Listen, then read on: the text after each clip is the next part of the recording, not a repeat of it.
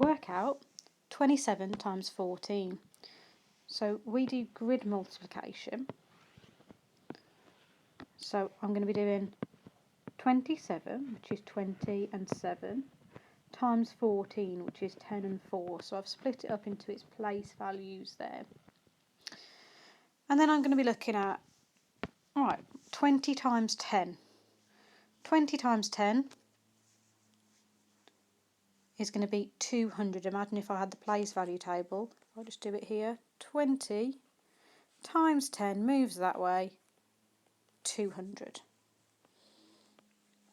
20 times 4 is 80.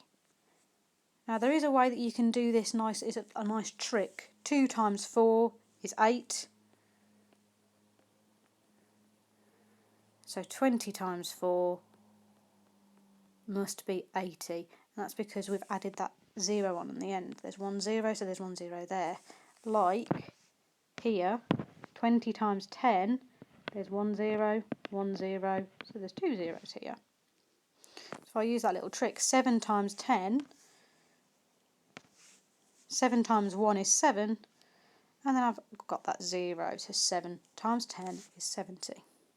7 times 4 is 28. And once I get all my answers, I need to add everything together. 200, 80, 70, and 28. 0 add 0 add 0, add 8 is 8. 8 add 7 is 15. Add 2 is 17. 2 add 1 is 3. So my answer is 378.